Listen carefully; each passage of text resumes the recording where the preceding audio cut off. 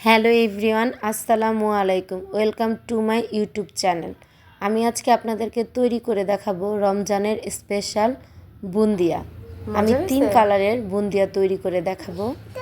এজন্য আমি প্রথমে নিয়ে নিব 1 কাপ বেসন। বেসনটা আমি চেলে নিব।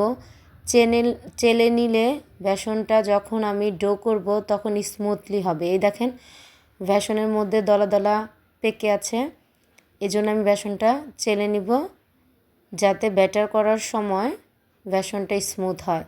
এবার আমি আস্তে আস্তে করে বেসনের মধ্যে পানি মেশাবো। পানি মিশিয়ে এটাকে আমি আস্তে আস্তে পানির সাথে মিক্স করব। এই তো আমি এভাবেই হ্যান্ড উইক্স দিয়ে মেশাতে থাকব। হ্যান্ড উইক্স দিয়ে মেশালে এটা ভালো হয়, ডোটা সফট হয়। এই দেখেন কীরকম পরিমাণ পানি দিয়ে আমি এটা লিকুইড করেছি, যাতে উপরে ধরলে টপ টপ করে বুন্দিয়ার মতো পড়ে। এই পরিমাণে পানি দিয়ে এটাকে বেসনটাকে মেশাতে হবে।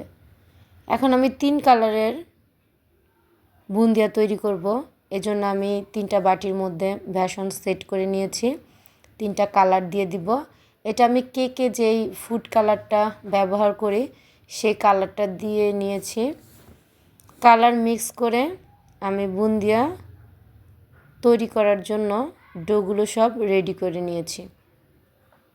এখন আমি চিনির শিরা তৈরি করে নিব। চিনির শিরা তৈরি করার জন্য আমি 1 কাপ চিনি নিব। আপনারা চিনি শিরাটা পরিমাপ এরকমভাবে করবেন যে যেই পরিমাণ বেসন নেবেন ওই পরিমাণ চিনির শিরা করবেন, তাহলে আপনাদের পরিমাপটা ঠিক মতো হবে। আমি 1 কাপ চিনির সাথে 1.5 কাপ পানি দিয়ে নিয়েছি, 2টা এলাচ দিয়েছি। এখন আমি এটা চুলার মধ্যে বলক ওঠা পর্যন্ত নাড়তে থাকবো। যখন বলক উঠে যাবে, বেশি না, আমি 5 মিনিটের একটা বলক তুলে শিরাটা পাশের চুলায় দিয়ে রেখেছি। এখন আমি তেল গরম করে তেলের উপরে ছিদ্র ছিদ্র করা চামচের মধ্যে ডোগুলা ঢেলে দিব। ঢেলে দিলে চামচের নিচে বুন্দিয়া পড়বে। চামচটা নড়ানো যাবে না। চামচটা নড়ালে দেখা যাচ্ছে বুন্দিয়াগুলো লম্বা লম্বা হয়ে যাবে, গোল গোল না হয়ে। এরপর আমি গরম গরম ভাজা বুন্দিয়া চিনির গরম শিরার মধ্যে দিয়ে দিব। এরপর আমি এই তো সবুজ কালারের বুন্দিয়া তেলের উপরে ছাড়ছি। এটা আমি একটা দেখার জন্য যে চামচটা নাড়াচাড়া করলে বুন্দিয়াটা কীরকম হয়। এখন আমি চামচটা যখন নাড়া দিচ্ছি তখন আমার এই বুন্দিয়াগুলো গোল গোল না হয়ে একটু লম্বা লম্বা হয়েছে। এজন্য আপনারা যদি গোল বুন্দিয়া বানাতে চান তাহলে অবশ্যই চামচটা চুলার উপরে পাতিলের উপরে দিয়ে রাখবেন, নিচ থেকে গোল গোল পড়বে। নাড়াচাড়া করলে কিন্তু লম্বা হয়ে যাবে। এরপর ওইটাও আমি চিনি শিরার মধ্যে দিয়ে উঠিয়ে নিয়েছি। এখন আমি পিঙ্ক কালারের বুন্দিয়াটা তেলের উপরে ছাড়ছি। এই যে দেখেন আমি চামচটা উপরে ধরে রেখেছি, নিচে গোল গোল গোল গোল হয়ে পড়েছে।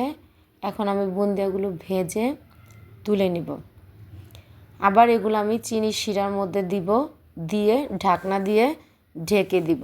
প্রত্যেকটা বুন্দিয়া যখন চিনি শিরার মধ্যে দিব তখন আমরা ঢাকনা দিয়ে ঢেকে দিব, তাহলে বুন্দিয়াগুলোর ভিতরে চিনির শিরাগুলো ঢুকে পড়বে।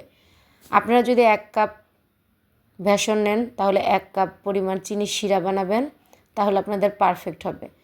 আর কেউ যদি বেশি ভিজে ভিজে টাইপের তাহলে বেশি নিতে পারেন, কিন্তু পারফেক্ট বুন্দিয়ার জন্য পরিমাপ হবে যে পরিমাণে বেসন মেপে নেবেন ওই পরিমাণে চিনি শিরা করলেই হয়ে যাবে।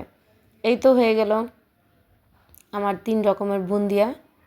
আমার বুন্দিয়াগুলো কিন্তু সফট নরম রসালো হয়েছে, আপনারা দেখতে পাচ্ছেন।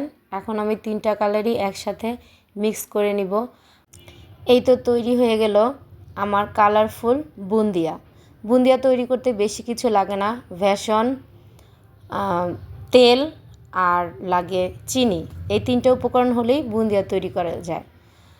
আজকে এই পর্যন্তই। আমার রেসিপিটি ভালো লাগলে অবশ্যই লাইক শেয়ার করে দিবেন। ধন্যবাদ। আল্লাহ হাফেজ।